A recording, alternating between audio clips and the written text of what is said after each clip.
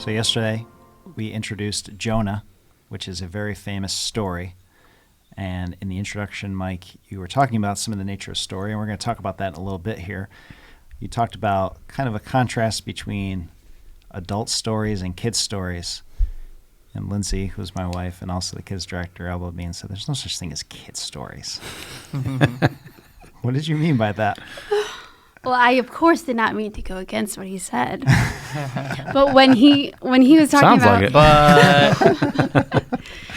when he was talking about, even in the introduction, about how every story points to Jesus or should be read in light of the person of Jesus. You know, some stories seem to have exciting details and you think, oh, this can be a kid's story. Animals. Exactly. Animals, big fish, all these fantastical things. But really any story is any person's story if you're telling it in light of the person of Jesus. And so... even the ones that have... troubling. Exactly. Which there's a lot of. Right. Certain details you might leave out for a child, but really, as you're telling the story, what your point is to show, and even what you said in your introduction, God's character, how this shows the person of Jesus, and how it's a challenge to us as his people or his creation. So, anyway. I think C.S. Lewis would probably be on your side about fairy tales anyway. That when I grow old enough and wise enough, I'll appreciate fairy tales again. That's kind of his argument. That said, conversations surrounding suicidal prophets is sensitive. Does need to be nuanced. Exactly. So, yeah. And it's really interesting, if you do just a search on Jonah, a lot of emphasis on like chapter 1 and 2. If you just do like an image search for Jonah, you're going to see a lot of big fish versus, a lot of what's going on with Nineveh and his proclamation of the gospel there and their response and really all of this stuff that's tied to the character of God. And so, really interesting. So the main issue of the story here. What the grown-ups need to know and the kids need to know is, yes, there's a fish. Yes, there's a man who gets swallowed. But this is what it's really about, like this big idea about Christ. Yeah, and even the inclusion of chapter 4 into the story. I mean, it would have been a great conclusion at the end of chapter 3. For sure. Just to be like, they turned, God relented from the disaster that he said he would do for them, and he did not do it. And it's like, yay! Right. Yeah. Exactly. Happy ending. Nineveh was Jonah. He did what he was supposed to do. But... Yeah, but chapter 4 starts with but then there's this chapter 4. Exactly, it's like chapter 4 is such a downer. Yeah. I mean, it's incredible, and so obviously the author is trying to get us to contemplate. It's like people ask, well, what's the story about? You said this, Dan, in one of our pre-meetings, even for the series. Like this shouldn't even be called Jonah and the fish. This should be called the Great Repentance of Nineveh. Like that could be one of those the taglines. But it's tough to know because then you have chapter 4, and it's like, well, he does bring it back to like the prophet, and I think his representation of the people of God too. So it's like it's not just one. It's this story, in a sense, does not let you say, well, it's just about Jonah, or it's just about the fish, or it's just about Nineveh, or it's like it really is all of these facets that are involved in the story. So one of the things you mentioned. There's an open-endedness, even with this inclusion of chapter 4. There's an open-endedness to the story, and if you look for it, you do kind of notice this in a lot of biblical stories as you're reading through the Old Testament. And so let's talk a little bit more about that, and even more broadly, how can we benefit from these stories? How can we, enter into them in a way that is... consistent and faithful. Like, we don't want to read these stories and just kind of make them about ourselves. But also, God gave them to us for a reason. They're recorded forever. And so we certainly should be learning from them. I think kind of that open-endedness of the story kind of gets us there where it's like, this is kind of about you too, maybe. Yeah. Right? What's going on there? Well, if you came to the 8:30 service, sorry, everybody. I did. You did, great. Yeah. I read from 1 Peter chapter 1 and verses, I think, 10 or so. I'm flipping there right now for those of you listening on the podcast. But we shouldn't shy away from the fact that these stories are for us. Like there's a sense in which what happened with Jonah was about Jonah in that generation, but God refuses to leave it just for there. Because, in 1 Peter 1:10, concerning this salvation, the prophets who prophesied about the grace, which is what Jonah's all about, the grace of God, that was to be yours, searched and inquired carefully, inquiring what person or time the Spirit of Christ in them was indicated when he predicted the sufferings of Christ and subsequent glories. It was revealed to them that they were serving not themselves, but you. I mean, that's as bold as, you're talking about. Like, right. So some Christians are like, well, these stories aren't about you. They're about God, or even they're about Jesus. And they overlook the fact that, no, these stories served their purpose in their generation, but God had a deeper, broader purview in mind, and these are for Jonah is for New City. And so not to see ourselves in there, and in a sense to maybe hyper-spiritualize and be, this is just about God, or this is just about Jesus, would actually be wrong. And other places in Corinthians as well, it says that these things were written for your learning, that you through patience and comfort of the Scriptures might have hope. And he says, look at what happened, look what Israel did, and do not respond the way Israel did. So it's like, see yourself in Israel. So absolutely one of the ways we should be reading the stories is trying to see, not necessarily be like Jonah, don't be like Jonah, that type of thing, but a little bit of that for sure. It's okay for us to do that. And then, of course, the other end of the spectrum is like the whole David and Goliath is a classic one. Yeah. It's like, who's your giant? You need to slay your giant. Rather than going back to the whole kid story versus, adult story thing. It's like it all is pointing to Jesus, ultimately, if you want to say it that way. Yeah. And how we get to Jesus, I think, is important. Right. We talked about hyperlinking, and maybe we'll talk about that in a minute. But, how we get there and how these things are about us, I think is important. It's easy for us to identify ourselves with the hero of the story. And, I think that's, have faith like Daniel, or, be brave like David. And those stories should shape us that way. We, that for sure. But we overlook, we're not careful to pay attention as much to like the feet of clay of these guys. It's right. Like, well, don't actually be like Jonah because...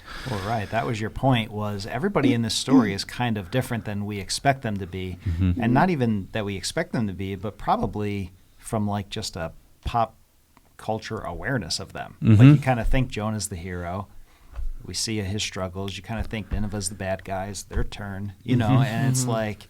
everybody kind of being different. So even as we read these stories, right, like, don't leave ourselves out of it. Don't assume I'm the hero, and don't assume it says what I might have gone in thinking. Like, what is it actually saying about these people? And to your point about the open-ended, I would say another one to add there to the list that you were saying is don't be too quick to rush to judgment and overly simplistic. Like, allow for like, when you have a question about it, don't just try to, like, get what's the answer to this? It's like, well, the answer to Jonah is you need to process your self-righteousness before God, and the guy literally went to the bottom of the ocean in a whale, and he still came out self-righteous. Yeah. Right. Wow. So if that can happen to Jonah, that should be a warning to me, like, oh, my self-righteousness might be more deeply rooted than the depths of the ocean. So that was convicting. Anyway. So as we get into the story, you gave us some background information about Tarshish and, even other places where this pops up. There was an interesting thing with animals that you referenced. Talk to us about that for a minute. Yeah. There's really helpful stuff. And I know the youth, shout out to New City kids, or not New City kids, but students. Also New City students is what I was meaning to say. Yeah. They're going through Jonah. But the Bible Project has a classroom session on this, so I certainly profited from them. Want to give them a little shout out as well. Thankful for their ministry. But in there, Tim Mackey talks about the development of the stories and these themes in the Old Testament, and Jonah is riffing on these things. And it's kind of like what I said with Tarshish. Like they would know, oh, Tarshish is like this place that we would assume kind of like a Vegas type thing. It's like, oh man, that type of thing. Yeah. So the animals and the rivers and things like that are all connected in the very beginning of the Bible with Eden. There's this one great river that splits into these 4 rivers. These 4 rivers basically cover the entire, ancient Near Eastern Mediterranean area, and they, made that green and lush, and there was gold in that land, which Tarshish is associated with gold. And then you had Adam and Eve with all the animals, and so it's this picture of Eden. And so then you have the Tower of Babel get built, and so you have this rival kingdom, this the seed of the serpent, and they're trying to build this big tower that reaches to heaven, and so there's almost like these 2 rivaling kingdoms that actually run throughout the whole Bible, and you get to the end of the Bible, and you have heavenly Jerusalem and earthly Babylon. So it's like this is definitely a theme that runs the whole way, and in the Old Testament you see regular kind of like iterations of this. It's like, it pops up again. And so when you see rivers and animals and kings and kingdoms, that is potentially someone trying to recreate Eden. And I think that's what you see with Solomon. He actually asked God to give him wisdom to discern between good and evil. Where do you see that? Garden of Eden, right? And that's how he began his reign. And then his reign extended, and you saw it become kind of like an Eden, but then you see the underbelly and the corruption, and I went over this in the sermon. So that was all Sermon Plus stuff right there. Now back into the sermon where the king was not supposed to multiply gold, horses, or wives. And so as Solomon is trying to, in a sense, make the promised land like Eden again, he actually, he succumbs to the temptation of the serpent, and he becomes like the other nations in greed, lust for power, those type of things. And so it ends up being, it's not long before the kingdom splits and the territory starts shrinking, and the facade of Eden is no longer there. So I think that's why the animals are being mentioned, peacocks and baboons and those are the words I saw. I was like, those are 2 very funny animal names that I just read in my Bible. So, and that's hyperlinking, by the way. So all that to go back to the hyperlinking. Like, I also made a point in the 945. I was like, make sure, for the video, get a Bible with cross references. And then someone asked for a Bible, and our pew Bibles don't have cross references. So, that's right. So maybe we'll have to make an adjustment there. But yeah, I mean, we're talking about habits and kingdom practices and studying, Bible study, meditation. It's like if there's things you don't understand or places you don't see, get a Bible, get a concordance. You could buy something, a concordance. A lot of your, if you study digitally, which is like, it can be pros and cons to that. There's a lot of hyperlinking tools that are out there. And so that can foster meditation.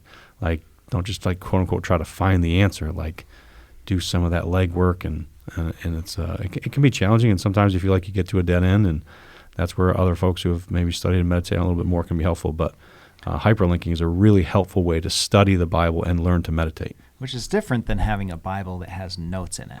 Like there's like study Bibles, Definitely. Those are going to have little things at the bottom like notes, here's an explanation of this. The cross-references, just like those little letters, right? Yeah. And they just, if you look in the margin or something, or again, like you said, if you're doing this on your phone, it's usually like literally a hyperlink. It is a hyperlink, You can, just press on it and it will bring up all these other passages. And so, really what I think that does is it immerses you in the story. Like you maybe have a question about the story and you go to look somewhere else in that same story, right? For the answer to that or for some background information. So yeah, they're just, you might see them in the margin of your Bible, just little books of the Bible abbreviation. A lot of times, just like a footnote in a book or something, you might skip that, but that's where really all of, that deep content is coming from. So yeah, take a look at those things. Yeah, that's actually a huge deal that you just walked us through there, Dan. Like, the Protestant Reformation was basically built on that. It's not taking someone's word for it. Right, like it's called the analogy of Scripture. Analogia scriptura, in Latin there. But yeah, that's what it is. And you're trying to, and especially if you're trying to get more and more familiar with the Bible, basically, if you have a study Bible, which study Bibles are fine, but all they're doing is they doesn't sound like they're fine. No, I'm just kidding. Sorry. They just did the hyperlink work ahead of you. Right. Is all they, that's all that's happened there. More, yeah. And so, but that's kind of like the joy of discovery, and it becomes more your own when you do the work, so to speak. So it's like everything else. It's like you learn from others and you do work yourself, and you build one step back and forth that way. A shout out to Women of the Word. Those were some of the key principles that we were learning in that Bible study. Is just not to be afraid to do that extra work, and it doesn't have to be hours. You just build upon it, and over time, you make the connections. Yep. Yeah, and when you make that connection, when you there's that little letter and you follow that out, go to that other verse, a lot of times you need to read a little bit of the context of that, so it puts you in a whole different part of the story. You're like, oh, I got to get familiar with this context, and then try to see how it goes with that context. So, yeah. Mm-hmm. So as we get into Jonah 1, we're thrown into this scene, the running prophet, running away from God. What are some of the things that kind of stood out on a high level? And then maybe we'll talk through some specific kind of applications. But as you're kind of just listening to the story for all of us here, what are some of the things that were standing out, that were impactful as you kind of think through that from yesterday?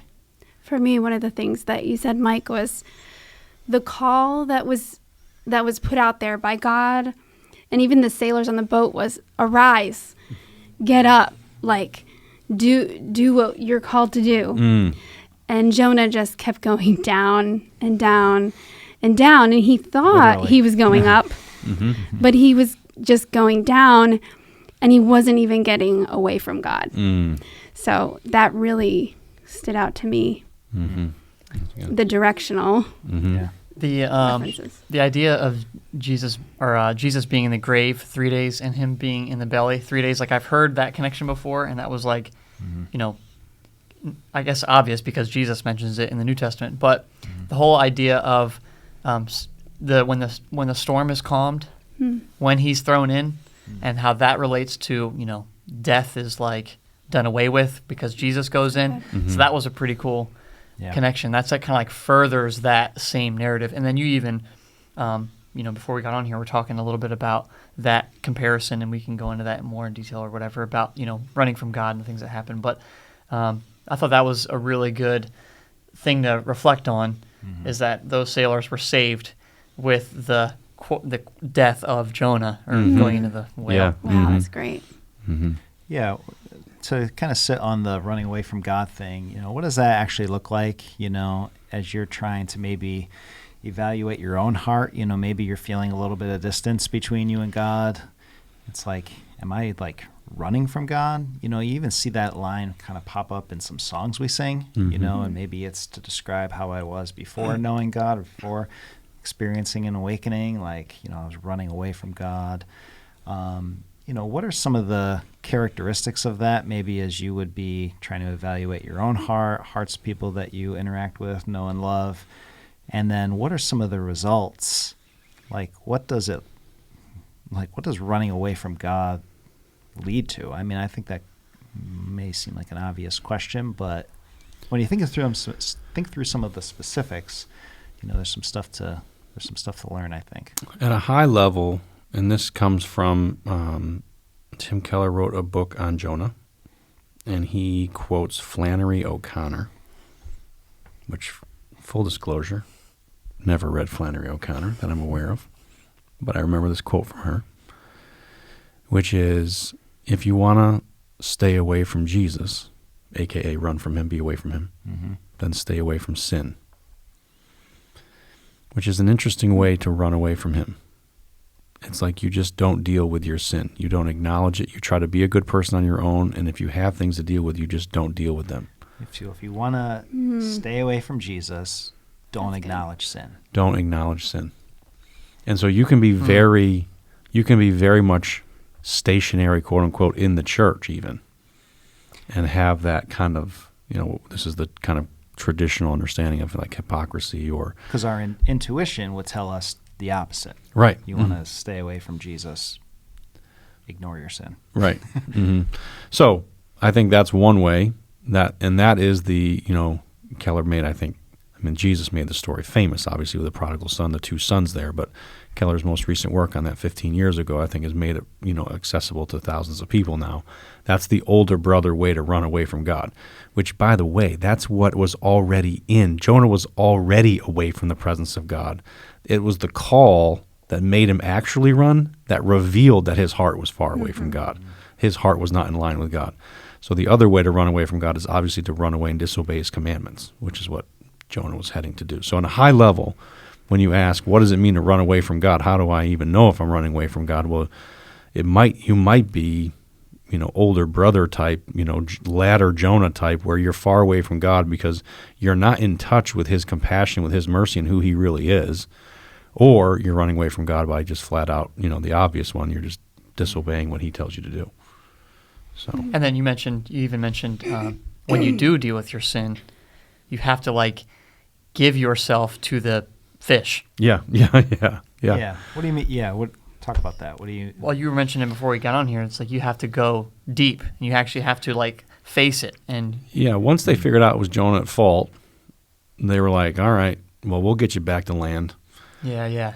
And they're like, they started rowing harder. Mm-hmm. And those guys made their living. I don't know if they were good sailors or not, but probably fine. They're probably strapping lads. Probably, my friend Dan normalizes things. These guys probably knew what they were doing. Probably normal guys. Totally. But they couldn't. It says it's so interesting that Jonah's in the account they wrote. It says that 2 times the sea grew more and more tempestuous. Especially when they started to row hard, that's when God was even the hardest that the storm came is the harder that they rowed. And so there's this idea, I think, sometimes when we're trying to fix it ourselves, we can't the only way to really deal with our sin and our brokenness is the death and resurrection experience. Mm-hmm. We have to surrender. We have to acknowledge. We have to repent. Not my will, but your will be done. We've got to connect that with the death and resurrection of Jesus. We need renewal. We need new life, and so I think that's a big that's what Jesus does, but not with his own sin, but with ours. Yeah, mm-hmm. He succumbs to it. He gives himself up to it, and then through giving himself up to death, he conquers the death, and that's the same thing with us. The death and resurrection as well. Mm-hmm. One of the words that came to mind when you asked the question, it goes along with what you were just saying, is just obsession. Mm. Being obsessed with fixing it, thinking about it longer, and not thinking about it in the presence of the Lord or through wise counsel, but just kind of gripping that and trying to make it work. Mm. I will be the first to say that I do that. And so that's just you on your own, trying to row or just running a certain direction when you're, you could just be, even if you're having a hard time, just you're doing it in the presence of the Lord with his love through prayer. It's a different experience. Mm.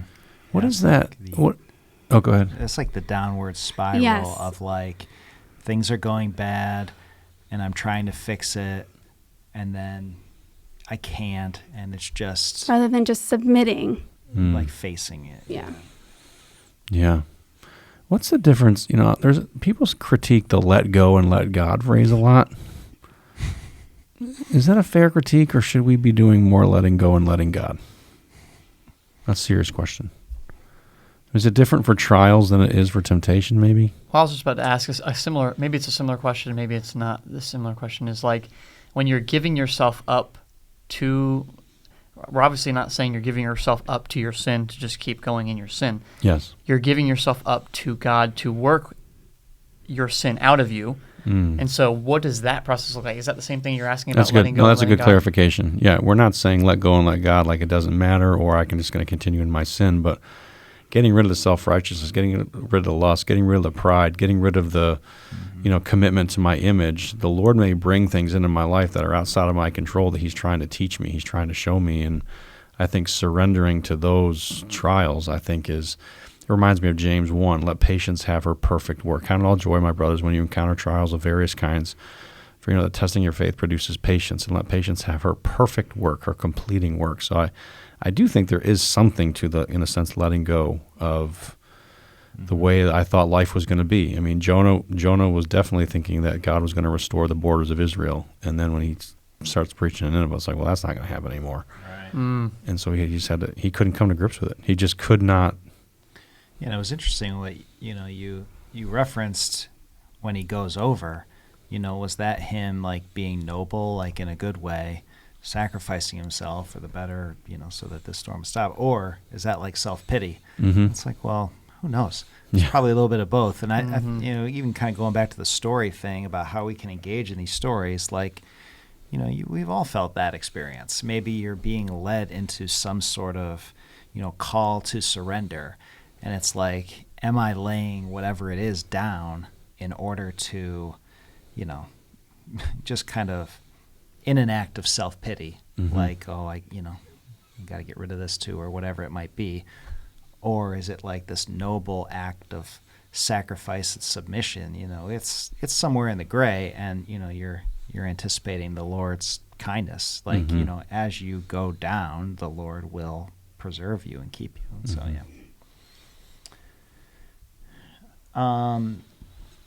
help for someone who is running from God, Well, even before we get there, like, here's just some characteristics of people on the run. Characteristics of people on the run are their theology is still in place, usually. So you can think right thoughts and say good things and still be running from I'm God. a Hebrew. I fear the Lord, Yes. God of heaven. Got it. So Jonah's, it's not like all of a sudden Jonah's running from God and he just lost all his theology. Yeah, and renounces God. Right. So you can be, have good theology. Even the devil's got good theology. You know what I mean?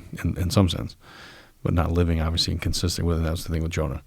The other thing is that you are kind of spiritually blind and foolish.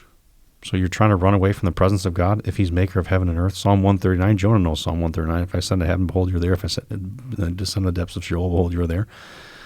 Even there your hand will guide me. Even there your hand will lead me. So like you're being foolish and you're in the dark and you're kind of like asleep. And that's the whole point of Jonah, like being asleep in the bottom of the boat. He's not there, resting the peace of Jesus when Jesus is in the boat, sleeping in the storm. Jonah's there because he's trying to escape. And it's almost like this depressive kind of like escapism state. And so when you're running from the Lord, that's not uncommon either. What else am I missing here? Susceptible. Well, sometimes when you're running from God, you make yourself susceptible to getting swallowed by a huge fish. Yes. Susceptible. And that might not be literal. Yeah. But you are subject to the consequences of running from God, and I think there can be, certainly our world is full of natural consequences for those who run from God, choose evil and act on that evil. You do experience lots of natural consequences. And not only that, the New Testament does describe being disciplined by God, to one degree or another, however we would understand that. And that experience, I'm sure those 3 days and 3 nights, were not pleasant. I would not think Can't so. be. Yeah, they were not pleasant, number one. What's interesting about that, too, is like on the one hand, it's like you would think that was how Jonah learned his lesson, but here's another complicating factor. It's like, did Jonah learn his lesson? Right. We don't really know, but God definitely used the trial to at least get him back, I guess, on the right track, sort of. So, yeah, I think we do open ourselves up to, God's providential discipline for sure. I think we put other people in danger when we do this, so here's these, sailors, they're minding their own business, going to Tarshish. They can't wait. Yeah. They're headed to Tarshish. They're like, whoo. This is going to be great. And they encounter the worst storm of their lives because of the, spiritual rebellion, and, what does it say for Dover and the surrounding community if we were to be disobedient, rebellious as a church? Like how much peril are we bringing or allowing into our communities? That's an interesting thought too. So, the salvation of Nineveh, had he not, when he was still running, he's not fulfilling that mission. So those are all, I think, ways that we can, that it's kind of like a warning to, if you're not right now feel like you're running from God, it's like those are warnings to say, well, no, when God calls us into whatever he's calling us to, let's trust him. Let's not run away, because there's a lot of negative, you see those advertisements for like medicine on TV, the side effects, may cause, like there's some really negative side effects from rebellion for sure. So.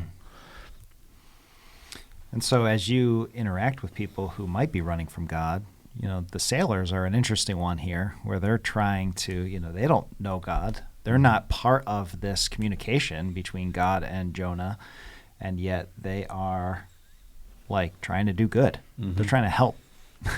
And so it's interesting. But even, as you kind of interact with people, as you live in community with people who are running from God, what are some of the ways that you can engage with one another in that way? Well, I think kind of what Lindsey said. about trying to like fix the situation on your own. A lot of times things that we're anxious about are the well-being or maybe the spiritual well-being of people that we love and care about. And it's like, if they're running from God, sometimes there's just not a lot you can do. You know, which is interesting here. It's like the harder the sailor's rowed. It's like, no, Jonah's going to have to go into the fish. Yeah. Like, and that's scary for the people that we love and care about. It's like, well, man, how long is that going to be, and what's going to happen? And, you know, and those just are not answers that are there. And so sometimes when we're trying to help people that are running from God, you know, we feel pretty helpless. And it's because in a sense sometimes they have to work that out with the Lord.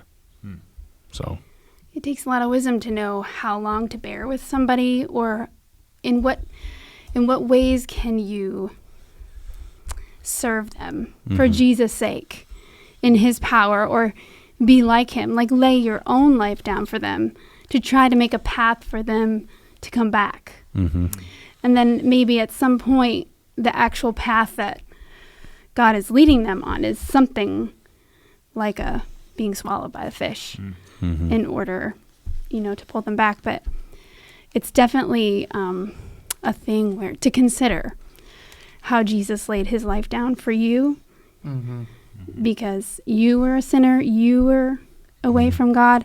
And then, so in what ways, in wisdom, can I lay my life down for this person that needs to come back? You see the patience of God on full display, because I think that's something that tries our patience. Yeah. You know, when you do lay down your life for somebody, or even, it doesn't even have to be that dramatic. Like, even if you do anything for somebody and they don't respond the way that you want them to, even if that is the right way, you know, the tendency can be to lack patience, be judgmental, be harsh, not be willing to lay it down again. But, you know, it's real, you know, the inclusion of chapter 4 here, when, you know, Jonah rebels against God, you know, God does this thing to bring him back, to restore him, and then show him the fruit that he called him to do.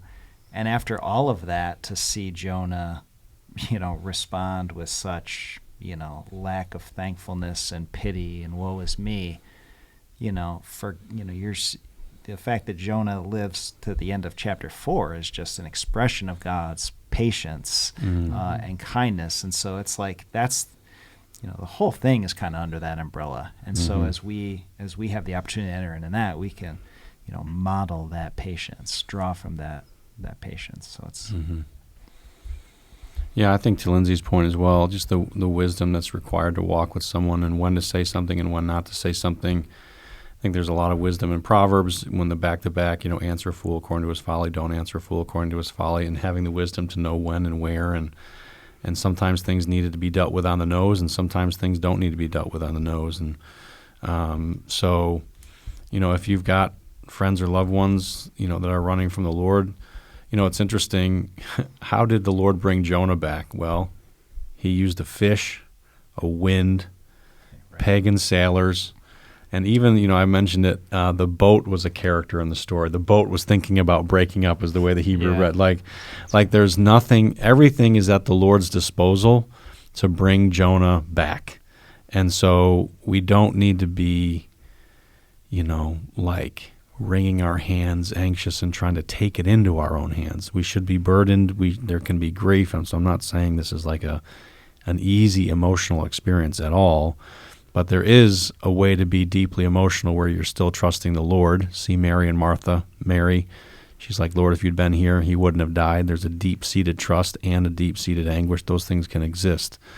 So, you know, I would just say that, like, just praying and asking the Lord to use his wisdom and his providence to draw these people back. And you don't know what the thing, I mean, you know, I hear a lot of stories as a pastor, but, you know, everyone that becomes a member shares their story, and it's like, it never ceases to amaze me the different things God uses to bring people back to himself. It's crazy. He used Jonah for the sailors' benefit. Yeah, they were offering up to the Lord. He used a disobedient, rebellious prophet in a storm to bring the sailors to himself. You know what I mean? So, I do think we have responsibility in these things. James 5, my brothers, if anyone wanders from the truth and someone brings him back, let him know that whoever brings back a sinner from his wandering will save his soul from death and cover a multitude of sins. So it definitely is a sense in which we are called to seek and to save the lost and the wandering and those people and pray for them and talk to them and love them and serve them.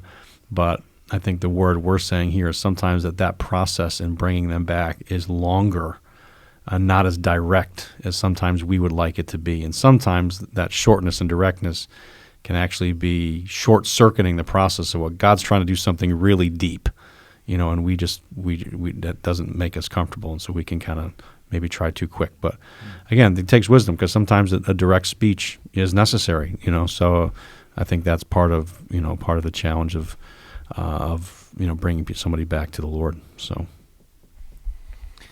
well, as we go through the series, we would encourage you to be reading through this story, this book of Jonah. You mentioned it takes like 8 or 10 minutes just to read it out loud, and look for some of these things. Look for what's going on with these characters. Look for what's going on with the character of God, as he's being described.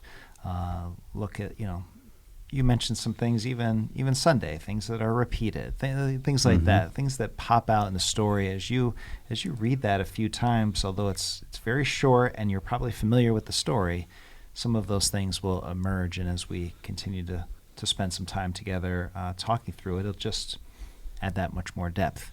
Any concluding comments on chapter 1, or as we look forward to the rest of the series? Yeah, I would say just one concluding comment is another parallel thing to read would be Luke 15, the parable of the two sons, the prodigal son. Jonah's definitely like imaging there, so there's a hyperlink thing there to continue to encourage your meditation. And then as far as looking forward to chapter 2, Pastor Dave will be preaching that, but chapter 2 is Jonah's prayer from the belly of the whale. And so I told you guys there's a structure of Jonah. God calls Jonah, he interacts with the pagans, and then he responds to God. And so this will be the conclusion of that first segment.